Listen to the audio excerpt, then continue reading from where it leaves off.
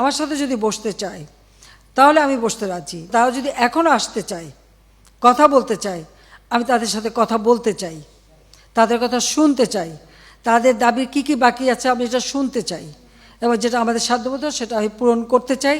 আমি এই সংঘাত চাই না। তারা যদি বসতে চায় আমার সঙ্গে, এই আন্দোলনকারীরা, কোটা আন্দোলনকারীরা, আমি তাদের সাথে বসবো, তাদের কথা শুনবো, তাদের দাবি দেওয়া এ পর্যন্ত যা মেনে নিয়েছে, আরও কিছু আছে কি না সেটা হয়তো শুনতে হবে। এবং আপনাদের সামনে আমি বলতে চাচ্ছি যেটা দেশবাসীরও জানা উচিত যে আমি কখনোই আমার দরজা বন্ধ করিনি। গণভবনের দরজা খোলা। যখনই এই আন্দোলনকারীরা কথা বলতে চায়, আলোচনা করে সমাধান করতে চায়, আমি তাদের সাথে নিজেই বসতে রাজি। আমি আবারও বলছি যে আন্দোলনকারীরা যদি আলোচনা করতে চায়, আমি এখনও রাজি। যে কোনো সময় তারা আসতে পারে, আলোচনা করতে পারে, দরকার হলে তাদের গার্জিয়ানদের নিয়েও আসতে পারে। সার্বজনীন পেনশন স্কিম, এটা কিন্তু 2008-এর নির্বাচনী স্তরে আমাদের ছিল যে আমরা এটা করব।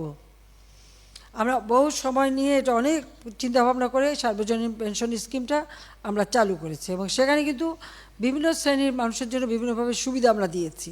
যে বিশ্ববিদ্যালয়, স্বায়ত্তশাসিত প্রতিষ্ঠান এবং প্রজাতন্ত্রের সকল বেতনভোগ কর্মচারীদের ক্ষেত্রে সার্বজনীন পেনশন ব্যবস্থায় অংশগ্রহণের বাধ্যবাধকতা বাতিল করে দিয়েছি, একবার বাতিলই করে দিয়েছি। বিচার বিভাগে যে তদন্ত কমিটি করেছিলাম, আমি কিন্তু কারো দাবির অপেক্ষা রাখিনি, কারণ আমি চাই যারা এর সঙ্গে জড়িত সে যেই হোক, সে পুলিশই হোক বা অন্য যে কেউ হোক, যারা অস্ত্রধারী, যারা এই ধরনের ঘটনা ঘটায়, তাদের সকলেরই তদন্ত হোক, বিচার হোক। এবং এই যে সমস্ত জ্বালাও পোড়াও সবগুলি, শুধু ঢাকা না, যে কয়টা জায়গায় এই ধরনের ধ্বংসাত্মক কার্যকলাপ হয়েছে সেগুলি যেন তদন্ত করে যথাযথ বিচার হবে। তার জন্য আমি যে জুডিশিয়াল কমিটি করে দিয়েছিলাম, সেটা আরও 2 জন নিয়োগ দিয়ে এটাকে 3 সদস্য বিশিষ্ট আমরা করে তাদের কর্মপরিধিটাও বাড়ালাম, সময়টাও বাড়িয়ে দিলাম, যাতে যথাযথভাবে এটা তদন্ত হয়। আমি চাই যে ধরনের অন্যায় বা হত্যাকাণ্ড যারাই ঘটাক, তারা তো আমার দেশের নাগরিক। সে পুলিশ হোক, একটা শিশু হোক, একটা মানুষ হোক, সে সন্ত্রাসী হোক, ডাকাত হোক বা ছাত্র হোক, যাই হোক, এ দেশের নাগরিক। আমি এর যথাযথ তদন্ত করে তাদের বিচার হবে, আমি সেটাই চাই। যে হত্যাকাণ্ডের সাথে জড়িতদের অবশ্যই বিচার করা হবে। আমি এটা স্পষ্ট বলি, হত্যাকাণ্ডের সঙ্গে যারা জড়িত সে যেই হোক, অবশ্যই তাদের বিচার করা হবে, এবং যারা জড়িত তদন্ত করেই তা বের করা হবে।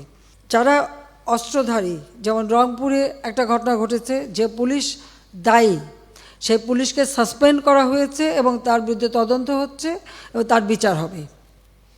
ইতিমধ্যে কিন্তু সেই পুলিশ, রংপুরের যে হত্যাকাণ্ডটা, তার আমরা সাসপেন্ড করে দিয়েছি, তাকে কিন্তু সাসপেন্ড করা হয়েছে। অ্যারেস্ট যারা করা হয়েছে তাদের মধ্য থেকে যারা ছাত্র ছিল, পরীক্ষার্থী, তাদের সবাইকে কিন্তু জামিন দিয়ে ছেড়ে দেওয়া হয়েছে। আর সাথে সাথে আমি এটাও নির্দেশ দিয়েছি যে এর ভিতরে যারা নিরীহ আছে তাদের সবাইকে, এবং ছাত্র যারা একেবারে খুনের সাথে জড়িত না বা সমস্ত ধ্বংসাত্মক কাজের সাথে জড়িত না, তাদেরকে মুক্তি দেওয়া শুরু করবে, এবং সেটা শুরু হয়ে যাচ্ছে। যারা যারা দোষী ঠিক তাদেরকে চিহ্নিত করে তারা থাকবে, কিন্তু বাকিরা যাতে মুক্তি পায় সে ব্যবস্থাটা কিন্তু আমরা করে দিয়েছি।